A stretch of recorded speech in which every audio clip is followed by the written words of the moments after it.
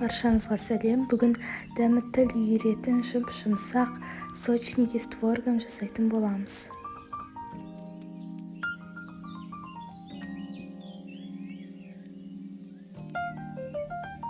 Ең алдымен 120 грамм жұмсақ сары майға бір жұмыртқа қосамыз. Сары май бөлме температурасында болу керек.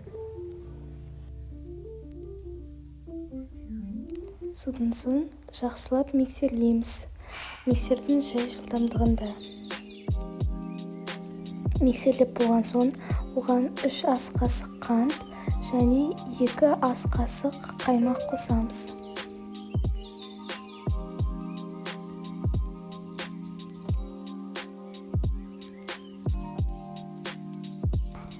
300 грамм ұнымызға 1 шай қасық қопсытқыш қосып жақсылап араластырамыз.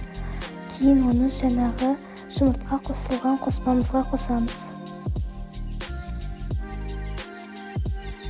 Миксермен араластырмас бұрын қасықпен жақсылап араластырып аламыз. Кейін миксердің жай жылдамдығында тағы араластырамыз.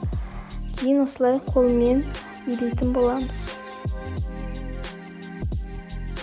Қамырымызды таза салфанға салып 40 минутқа тоңазытқышқа қоятын боламыз.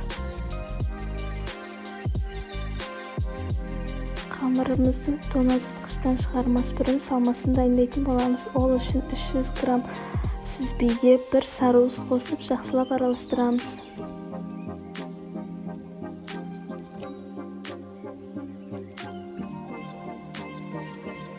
Оның үстіне 3 ас қасық қант саламыз.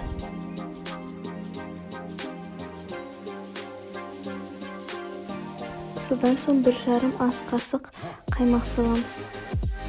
Одан соң салмамызға 1 ас қасық ұн саламыз. Егер сүзбеміз сулы болса 2 ас қасық ұн салатын боламыз. Енді салмамызды жақсылап тұрып араластырамыз. Салмамыз дайын. Енді қамырымызды тоңазытқышта 40 минут тұрғаннан кейін шығарамыз.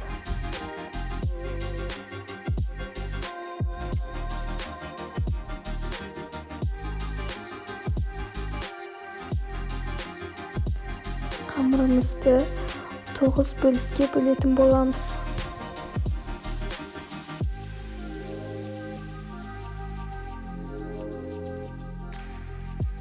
Осылай әр бөлігін дөңгелетіп жайып шығамыз және жартысына 1 ас қасық салмамызды салып, жақсылап жауып екі жағынан басамыз.